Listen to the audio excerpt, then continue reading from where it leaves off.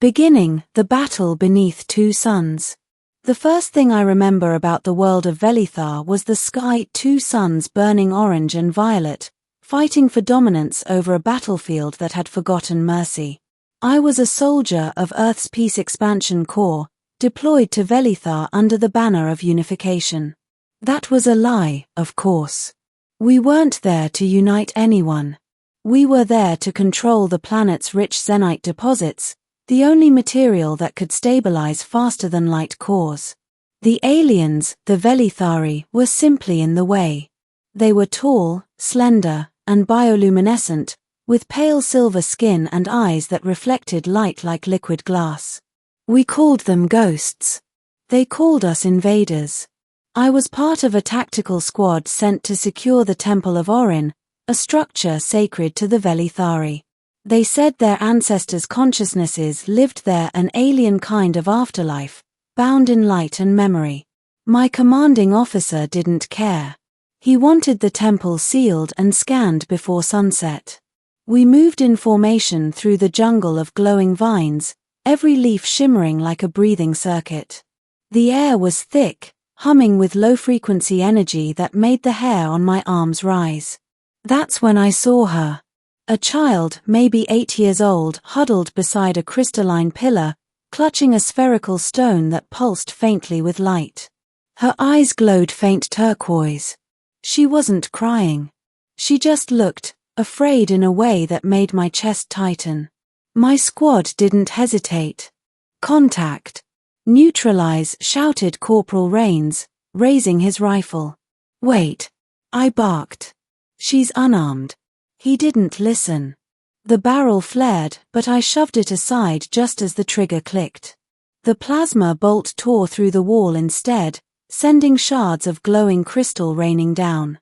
The girl screamed, and something exploded, a psychic pulse that knocked us all flat. My helmet cracked open, HUD flickering. When I looked up, she was gone. Command labeled it an anomaly encounter. I called it what it was, a child caught in our war. A week later, everything went wrong. The Velithari launched a counterattack with weapons that weren't made of metal or fire, but light and resonance. They shattered our dropships with sound. In the chaos, I saw her again, the same child, standing in the path of soldiers, frozen in fear as a wave of poisoned Charin arrows arced through the sky. Without thinking, I ran. I remember throwing my body between her and the incoming hail. The pain came instantly, liquid fire searing through my chest and arms. The world tilted sideways.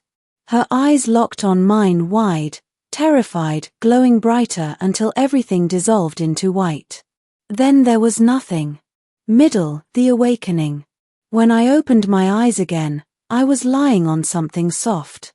The ceiling above me wasn't metal, but crystalline, glowing veins pulsing slowly like the rhythm of a heartbeat. I gasped for air. My lungs felt raw. My limbs numb. I sat up, groaning, and looked down. My armor was gone. My skin had faint geometric patterns glowing beneath it, like faint circuitry. My reflection in a polished surface nearby looked younger. Or rather, restored. "Rest easy," said a voice behind me, calm, melodic, and vaguely familiar. I turned. The room was circular, its walls alive with flowing light. Standing at its center was a woman, tall, regal, wearing ceremonial armor made of liquid silver. Her eyes glowed the same turquoise I remembered. I froze. It was her.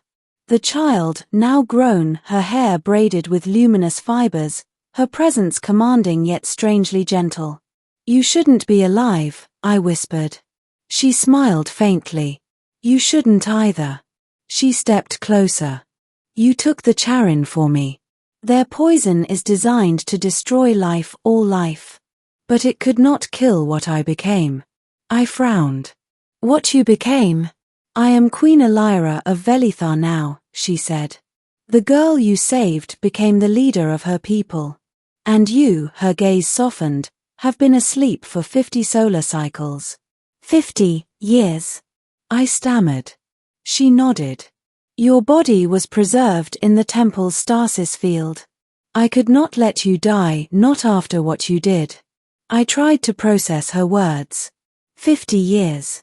Everyone I knew, my unit, my commander, Earth's fleet, all gone. And somehow, this alien world had kept me alive. Elira motioned for me to stand. My legs trembled, but I managed. You have been altered, she said quietly. The charin poison fused with our temple's energy. It changed your blood. You are no longer fully human. I looked down at my glowing veins. So what am I? Her eyes softened again. Alive. And remembered. She led me outside. The world had changed. The jungles were gone, replaced by floating crystalline cities suspended above oceans of light. The Velithari had evolved or ascended. Their ships drifted across the sky like constellations come alive. And everywhere I looked, there were statues of me. Elira saw my expression. The story of your sacrifice became sacred to my people. The human who gave his life for a child became the symbol of unity. I didn't know what to say. My throat tightened. I don't deserve that. Perhaps not, she said softly, but neither did I deserve your protection. Yet you gave it. She paused, then added, our worlds are connected now. Earth returns often not for war, but for trade. They honor you too. I turned to her. Then why bring me back? Her expression faltered for the first time, her composure cracked. Because I wanted to know if you would still stand with me now that I am no longer a child. Her words hung between us like static. I realized then she wasn't speaking only as a ruler. She was speaking as someone who had waited. The conflict, the shadows of the past. For weeks, I learned to live among them. Elira's palace became my world, a place of shimmering corridors and silent devotion. I watched her lead councils, speak to envoys, and command fleets that spanned galaxies. But behind the regal calm, there was always a flicker of sorrow when she looked at me. One night, I asked her why. There are those who despise me for bringing you back, she said quietly. To them, you are a relic of the invasion. A human weapon made holy. Then why risk it? I asked. Because, she whispered, stepping closer, I could not let the one who died for me fade into dust. Before I could respond, an alarm blared through the halls, a resonance that shook the walls. The Ral Syndicate, said one of her guards. They've breached orbit. Her face hardened. They were allies once. Now they seek to seize Velithar's core energy.